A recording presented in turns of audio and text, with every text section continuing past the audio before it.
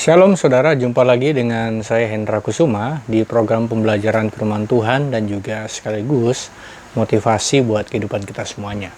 Saya berusaha untuk selalu memberikan ulasan kebenaran firman Tuhan yang secara sederhana, tetapi memiliki nilai-nilai teologis yang sesuai dengan kitab suci kita dan diambil dari beberapa konteks teks asli baik Ibrani maupun Yunani, saudara.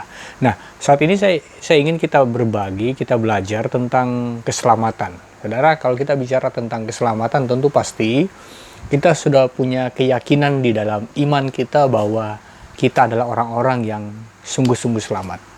Ada satu kepastian tentang keselamatan di dalam Yesus Kristus Tuhan kita, sehingga kita menjadi orang yang benar-benar memiliki sebuah keteguhan iman, sebuah keyakinan tanpa keraguan. Ketika kita ditanya apakah kita sungguh-sungguh selamat, kita bisa dengan berani berkata bahwa kita adalah orang-orang yang sudah diselamatkan oleh pengorbanan Yesus Kristus Tuhan kita.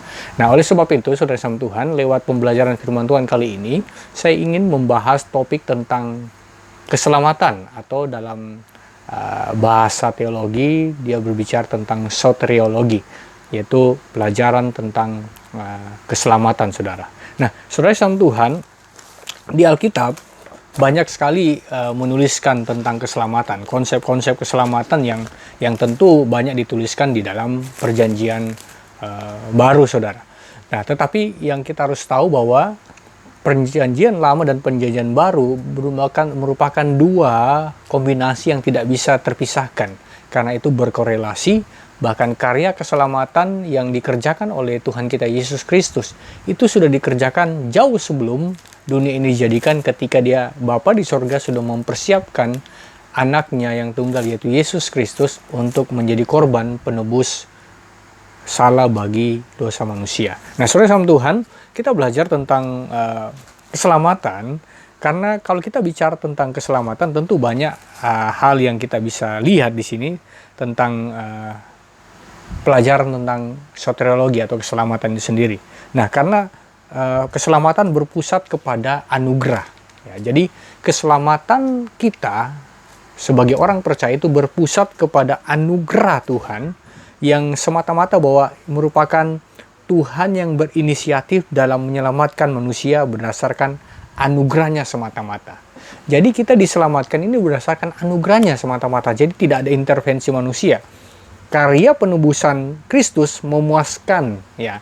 Jadi karya penebusan Yesus Kristus itu memuaskan keadilan Tuhan dan membebaskan manusia dari ikatan-ikatan dosa dan menyatakan pembenaran yang legal atau yang resmi bagi orang percaya. Nah, saudara, di sini saya mau menyiapkan beberapa catatan. Nanti saya akan bagi seri pembelajaran ini menjadi 2 seri lagi, seperti kemarin ketika kita belajar tentang Roh Kudus dan karyanya. Nah, kita akan belajar tentang keselamatan kali ini. Nah, penting buat kita sebagai orang percaya untuk mengerti tentang keselamatan, beberapa konsep keselamatan yang saudara harus pahami, sehingga kita tidak cuma sekedar beriman bahwa kita percaya kita selamat, tetapi kita mengerti dengan benar, kita mengerti secara dalam tentang konsep keselamatan yang dikerjakan oleh Yesus Tuhan kita menurut kebenaran firman Tuhan. Nah, saudara sama Tuhan, kita belajar tentang keselamatan. Yang pertama, saudara, kita belajar tentang keselamatan itu dimulai dari yang namanya pengampunan, saudara. Nah, pada waktu Tuhan mengampuni pelanggaran-pelanggaran kita, Ia tentu pasti melakukannya berdasarkan anugerah. Nah, itu saudara bisa perhatikan di dalam Kolose pasal 2 ayat yang ke-13, saudara. Kolose pasal 2 ayat 13, saya akan bacakan buat kita semuanya. Kolose pasal 2 ayat yang ke-13. Ya. Berbunyi demikian, Kolose pasal 2 ayat 13. Kamu juga, meskipun dahulu mati oleh pelanggaranmu, dan oleh karena tidak disunat secara lahiriah, telah dihidupkan Allah bersama-sama dengan Dia, sesudah Ia mengampuni segala pelanggaran kita. Nah, saudara sama Tuhan, kita belajar tentang konsep ini, saudara, bahwa ketika Tuhan mengerjakan itu, dimulai dengan pengampunan, saudara. Nah, Kolose pasal 2 ayat 13 itu menjelaskan bahwa kita diampuni Nah, itu dalam teks asli menggunakan kata karizomai. Ya. Jadi kata diampuni itu berasal dari kata karizomai, berarti menganugerahkan berdasarkan kemurahan, memberikan dengan murah hati. Jadi pengampunan yang diberikan, dia memakai kata karizomai dalam Kolose pasal 2 ayat 13 ini. Kata diampuni itu merupakan dari kata asli karizomai yang berarti menganugerahkan berdasarkan anugerah, ya kan? Berdasarkan kemurahan, memberikannya dengan murah hati, mengampuni berdasarkan anugerah. Nah, jadi itu saudara.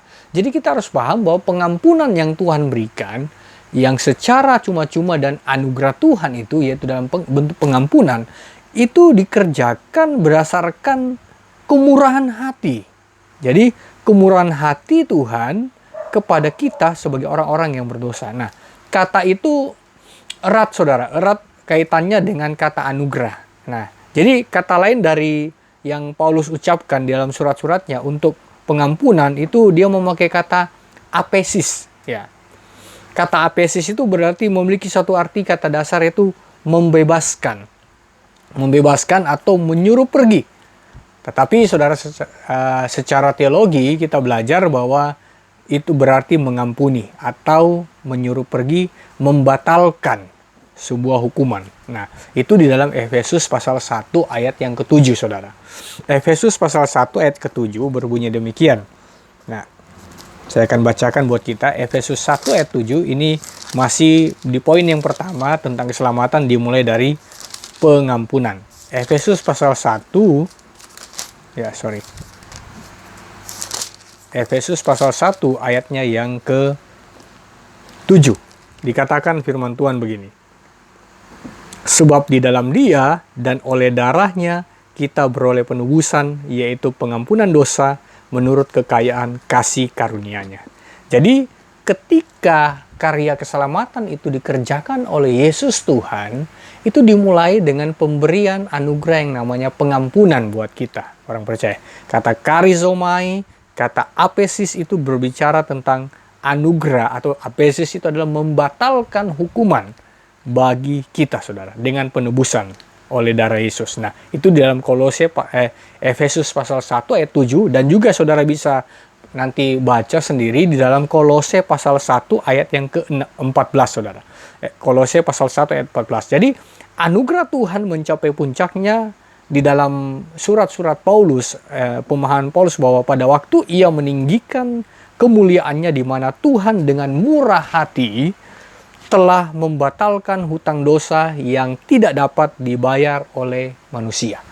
Jadi kita diibaratkan saudara, ketika manusia jatuh ke dalam dosa, ibaratnya kita ini sudah tergadai di pasar dosa. Itu bahasa yang dipakai oleh Paulus, karena pada masa itu memang budak-budak itu ada yang namanya pasar budak. Jadi pasar budak itu tempat di mana budak-budak itu dipajang, sehingga menunggu sang majikan, calon majikan untuk menebus budak itu dari si penjual budak. Sehingga ketika si penebus itu datang membeli, sehingga hak sepenuh dari budak itu menjadi milik si penebus, yaitu si majikan yang baru, saudara. Nah, kita dikatakan kita mendapatkan anugerah pengampunan, dibatalkan dari setiap hukuman-hukuman dosa kita karena karya penebusan Yesus Kristus Tuhan kita. Nah, itu yang pertama, saudara. Jadi dia bicara tentang penebusan, pengampunan. Yang kedua, keselamatan itu bicara tentang penebusan. Jadi kata penebusan itu dalam teks asli Alkitab dia memakai kata apulotrosis, ya. Apulotrosis. Ini istilah yang secara khusus dipakai oleh Rasul Paulus. Kata ini digunakan 10 kali dalam Perjanjian Baru, saudara. Kata penebusan ini digunakan 10 kali di dalam Perjanjian Baru. Jadi 7 diantaranya ada di dalam tulisan Paulus. Kata penebusan ini berarti membebaskan dengan cara membayar dengan satu harga tertentu. Jadi kata penebusan itu 10 kali dituliskan dalam Perjanjian Baru, dan 7 dituliskan oleh Paulus. Nah, sehingga penebusan itu berarti membebaskan dengan cara membayar dengan satu harga tertentu. Nah, yang ketiga, selain pengampunan, penebusan, dan yang ketiga ada yang namanya pendamaian. Jadi setelah kita diampuni, ditebus, kita mengalami yang namanya pendamaian, saudara. Nah, apa itu pendamaian? Jadi pendamaian itu dituliskan hanya 4 kali saja di dalam Perjanjian Baru. Kata pendamaian itu dituliskan hanya 4 kali saja dalam Perjanjian Baru.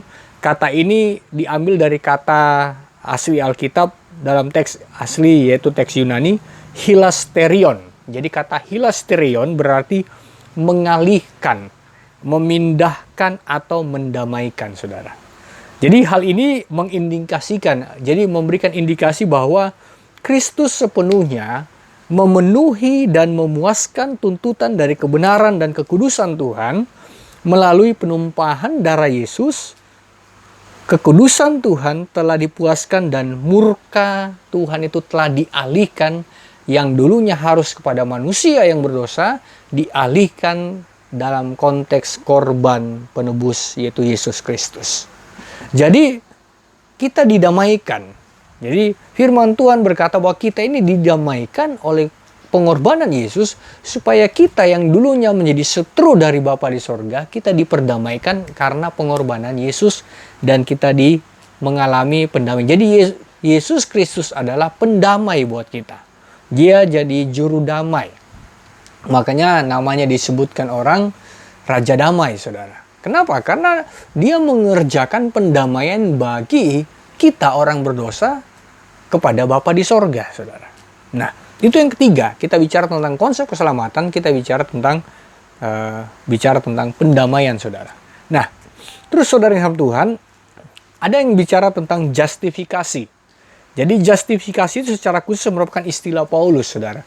Jadi ini bahasa-bahasa yang digunakan oleh Paulus dalam surat-suratnya, yang kata kerjanya ini digunakan 40 kali. Ya, 40 kali dalam Perjanjian Baru. Tetapi Paulus menggunakan kata itu 29 kali saja. Jadi ada kurang lebih 40 kali dituliskan dalam Perjanjian Baru, tetapi kata justifikasi itu dituliskan oleh Paulus hanya sekitar 29 kali, saudara.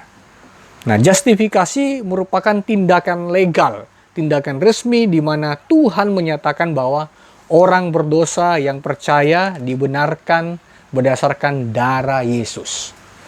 Jadi arti dasar dari justifikasi adalah mendeklarasikan benar. Jadi kita ini ketika kita sudah ditebus oleh darah Yesus, mendapatkan pengampunan, kita sudah didamaikan, maka ada pendeklarasian bahwa kita ini sudah menjadi orang yang benar. Jadi beberapa hal yang dapat kita pelajari tentang penggunaan kata justifikasi dalam Alkitab yang secara khusus dituliskan oleh Rasul Paulus, itu dituliskan ada beberapa hal, saudara. Di dalam Roma pasal 3 ayat yang ke-24. Jadi Roma pasal 3 ayat 24 menjelaskan bahwa justifikasi atau pendeklarasian sebagai orang yang benar itu dituliskan dalam Roma pasal 3 ayat yang 24, merupakan pemberian anugerah dari Bapa di sorga. Jadi proses pembenaran itu datang dari Bapa di sorga, bukan dari manusia. Jadi ketika kita menjadi orang yang benar, dideklarasikan sebagai orang yang benar, itu bukan karena kita merasa kita benar. Tapi proses pembenaran itu datang sendiri dari anugerah Bapa kita di sorga. Itu dalam Roma pasal 3 ayat yang ke-24, saudara. Nah, kita belajar yang kedua, yaitu dalam proses justifikasi atau pembenaran itu dapat juga terjadi melalui iman. Nah, saudara bisa baca di dalam Roma pasal 5 ayat yang ke-1. Roma pasal 5 ayat yang ke-1, dan juga dalam Galatia pasal 3 ayatnya yang ke-24. Nah, saya bacakan di dalam Galatia pasal 3 ayat yang ke-24. Galatia pasal 3 ayat yang ke-24 berkata demikian.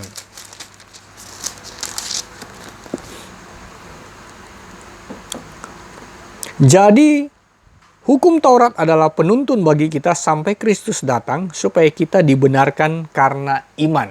Nah, jadi proses justifikasi itu bisa juga pertama melalui anugerah Tuhan yang diberikan kepada kita. Jadi pembenaran itu datang mutlak dari Tuhan, dan juga proses melalui iman kita kepada Yesus Kristus Tuhan. Dan proses justifikasi pembenaran itu juga dikerjakan melalui darah Yesus. Nah, Roma pasal 5 ayat yang ke-9. Nah, saya bacakan Roma pasal 5 ayat yang ke-9, saudara.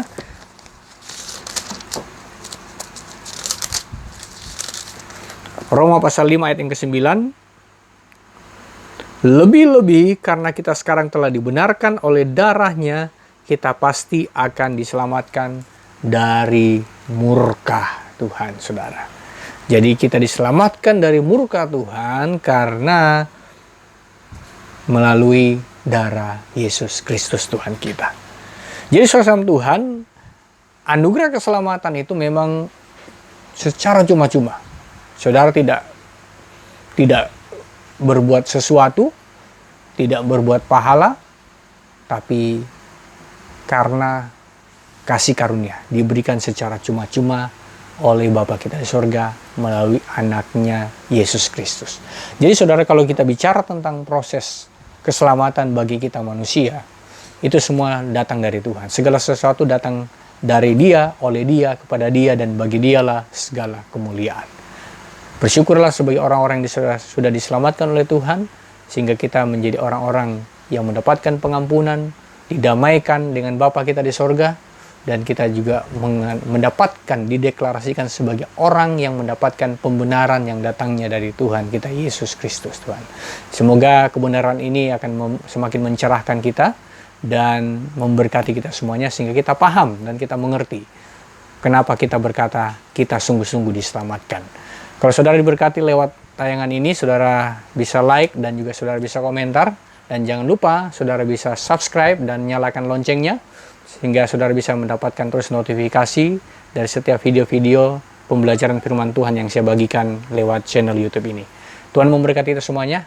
Amin.